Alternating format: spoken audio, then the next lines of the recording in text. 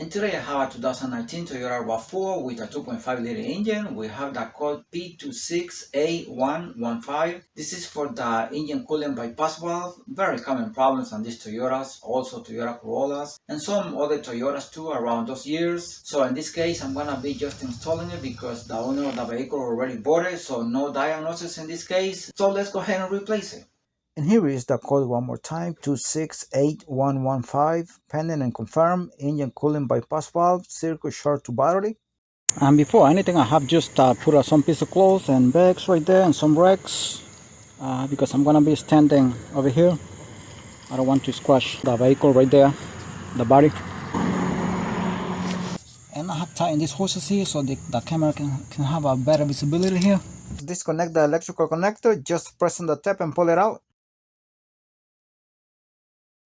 Now before pulling out the hose, make sure you have a bucket on the floor to catch the antifreeze that is going to come out. All you do is pull it up the hose and it should come out right away. Now don't remove this hose with the green clip here. I'm just unbolting it. So and then I'm gonna tighten it with a piece of rope to put it aside so I can have access to the bolt that is bolting the valve, and then I can move the valve once I unbolt it and remove the hose from the valve. That's all I'm gonna do. And here is the 12mm bolt. It came out very easily. And now you can put this hose aside by tying it with a piece of rope or something like that if you want to. And this is the other 12mm bolt here that is holding the valve in place, so we're gonna take it out.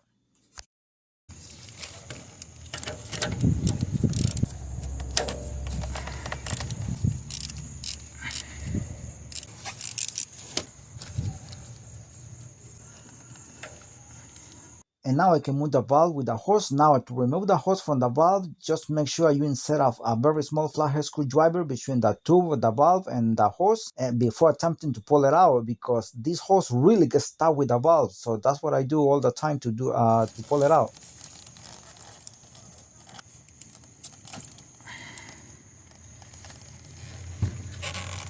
Here is the valve.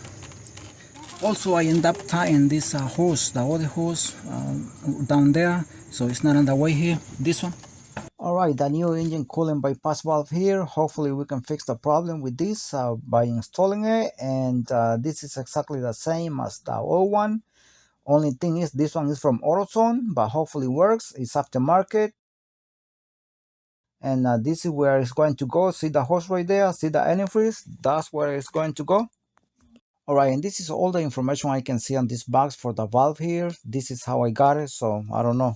Alright, and it goes exactly in this position like this. The electrical connector is on top.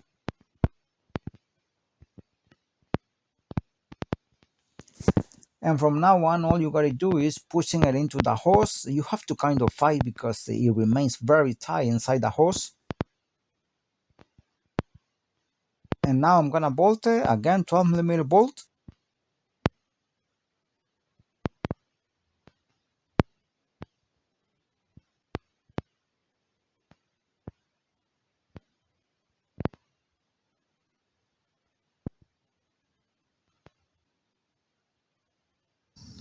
And taking a closer look here, that's how it looks like when it has been installed.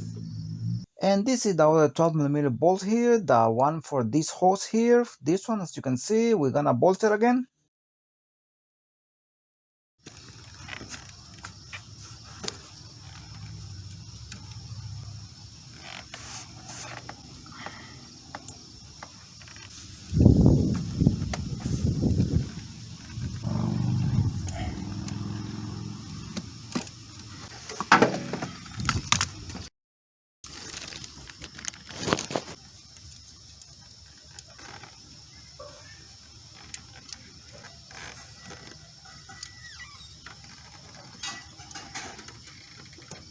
Push it all the way down till you hear the click, and then you lock it here.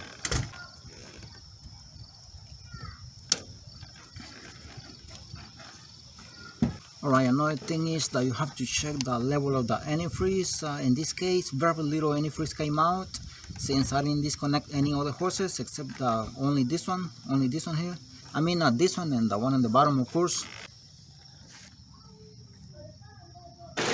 And also make sure you bleed out the air out of the cooling system. I didn't show that on camera because I already have videos on how to do that.